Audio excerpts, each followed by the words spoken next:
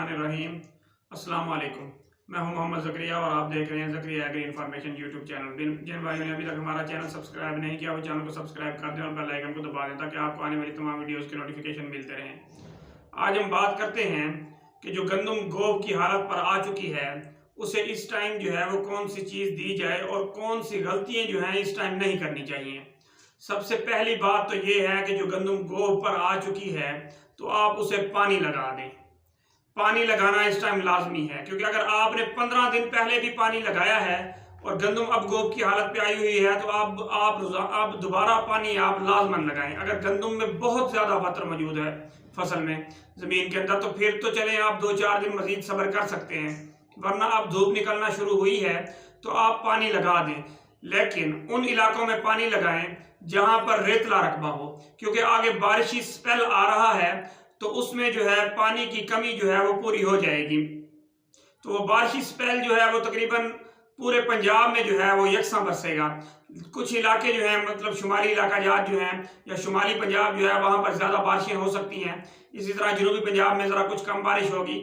लेकिन जो थल एरिया है, थल एरिया में अगर आपने गंदम काश की हुई है तो आप वहां पर आप पानी लगा सकते हैं। अगर गंदम गोब पर आ गई है तो आप उसे पानी लगा सकते हैं। और या जिन भाइयों की गंदम अभी गोब पर नहीं आई, ये 5-10 दिन बाद आनी है, तो आप उसे पानी जो बारिश आएगी इसके बाद पानी लगा दें। अब सबसे अहम चीज कि जो गोब की हालत होती है, गोब की हालत में कौन सी चीज की गंदम को सबसे ज्यादा जरूरत होती है। देखें, जिनकी गंदम बहुत हैवी है या गंदम हल्की है, इससे कोई फर्क नहीं पड़ता। गंदम को इस टाइम नाइट्रोजन की जरूरत होती है। अगर गंदम बहुत ज्यादा हैवी है तो आप जो यूरिया है वो 8 से 10 kg इस्तेमाल कर सकते हैं या उसकी जगह कैन गवारा इस्तेमाल कर सकते हैं। लेकिन अगर आपकी गंदम पहले ही हल्की है, गंदम अच्छी नहीं है, तो फिर आप कोशिश करें कि आप एक बोरी जो है वो जबरदस्त यूरिया इस्तेमाल करें गोब की हालत में। और गोब की हालत में अगर ये आप इस्तेमाल करते हैं तो फिर जो फ्लैग लीफ निकलेगा वो एक तो बड़ा होगा, दूसरी बात ये है कि वो सेहतमंद होगा। आप इस टाइम आप नाइट्रोजन इस्तेमाल कर सकते हैं, चाहे जितनी मर्जी इस्तेमाल करें। जो हल्की फसल है गंदम की, जो हल्की फसल है, जो भारी फसल है उसमें आप कोशिश करें कि आप नाइट्रोजन अकेला ना दें, यूरिया जो है वो ना दें। आप कैन गवारा इस्तेमाल करें, नाइट्रोफास इस्तेमाल करें या पोटाशियम नाइट्रेट इस्तेमाल करें। आप फास्फोरस की मिकदार पूरी कर चुके हैं या आपने कैन गवारा पहले इस्तेमाल कर लिया है तो कोई इशू नहीं है। आप कोशिश करें कि आप इस टाइम पोटाशियम नाइट्रेट इस्तेमाल करें। और बहुत अच्छी गंदम में आप पोटाशियम नाइट्रेट जो है वो आप सबात एग्रो का अल्ट्रासोल इस्तेमाल करें। अल्ट्रासोल का रिजल्ट बहुत अच्छा है, 13-2-43, उसमें फास्फोरस की भी 2% मिकदार मौजूद है। तो उससे ये है कि एक तो तेजाबी खाद है, उससे जो जमीन के अंदर पहले से खादें मौजूद हैं उनको अवेलेबल कर देती है। दूसरा ये है कि तेजाबी होने की वजह से गंदम की ग्रोथ जो है वो अच्छी हो जाती है और कलर जो है वो भी अच्छा हो जाता है। तो जो कलराठी ज़मीनें हैं तो उनमें भी जो है अगर ये खाद आप इस्तेमाल करेंगे तो ये आपको अच्छा रिजल्ट देगी। तो आपने कोशिश ये करनी है कि अगर आपकी गंदम हल्की है तो आपने गोब की हालत में 2 बातें जो है ना वो अहम जो हैं वो आपने याद रखनी है। एक तो गोब की हालत में नाइट्रोजन की कमी नहीं होनी चाहिए। अगर नाइट्रोजन की कमी होगी तो जो फ्लैग लीफ निकलेगा वो छोटा होगा और वो कमजोर होगा। आपने कोशिश करनी है कि नाइट्रोजन की कमी ना हो, नाइट्रोजन जो है वो मुकम्मल इस्तेमाल करें। और दूसरी बात जो आपने वो देखनी है वो ये कि गोब की हालत में पानी की कमी ना आए।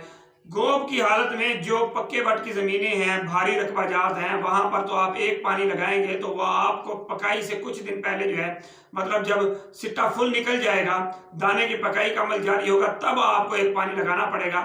लेकिन अगर आप थल एरिया के काश्तकार हैं, आपका रकबा रेतला है या हल्की मेरा जमीन है, तो वहां पर 8 से लेकर 10 पानी भी लग सकते हैं। तो आपने कोशिश ये करनी है कि जहां पर 8 पानी लगते हों, जहां पर गर्मी ज्यादा हो जाए और गर्मियों में 8 पानी, गर्मी के सीजन में ही 3-4 पानी लगाने पड़ जाएं, 3-4 पानी अब आप लगा चुके हैं, तो वहां पे आपने कोशिश ये करनी है कि गोब की हालत में आपने 2 पानी देने हैं। सिट्टा निकालने से पहले आपने 2 पानी देने हैं और दोनों पानी के साथ आपने, क्योंकि जो थल एरिया की गंदम है वो इतनी ज्यादा हैवी गंदम नहीं होती। अगर वो ज्यादा हैवी गंदम हो तो तब आप एक पानी के साथ जो है वो यूरिया इस्तेमाल करें। अगर वो हल्की गंदम हो तो फिर आपने दोनों पानी के साथ जो है वो नाइट्रोजन की मिकदार लाजमन इस्तेमाल करनी है। या आप ऐसा कर सकते हैं कि एक बोरी जो है कैन गवारा वो आप एक पानी पे इस्तेमाल कर लें और दूसरे पानी पे जो है आप दूसरी कैन गवारा जो है वो आप इस्तेमाल कर लें।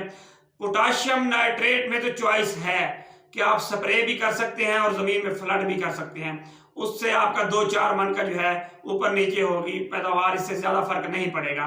लेकिन अगर आपने नाइट्रोजन की इस टाइम में कमी ली या फास्फोरस की कमी हुई जमीन में, तो फिर आपको गंदम पैदावार नहीं देगी। फिर आप वही 30 से लेकर 35 या 40 मन पैदावार हासिल करेंगे जो रिवायती तरीके से पैदावार हासिल होती है।